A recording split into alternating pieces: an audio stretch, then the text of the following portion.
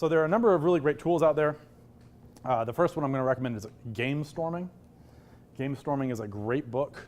I strongly encourage you to get it, particularly for your teams or for yourself as design and product leaders. It's a really useful book to help start you on any part of the product design process.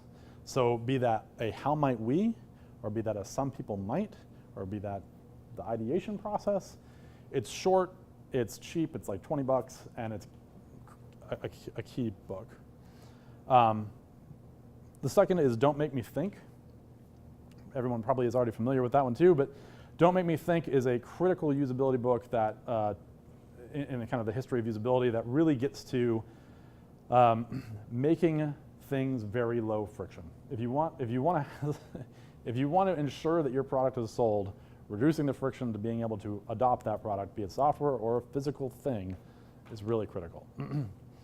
And then finally, Product Hunt is a really key place to go and check out if you want to see things that are in various stages of development.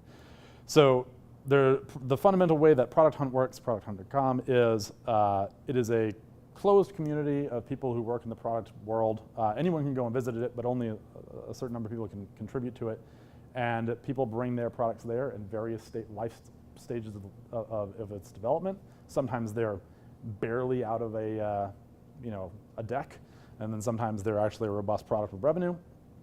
But you can see a lot of products very quickly and sort of gauge market reaction and understand the business models.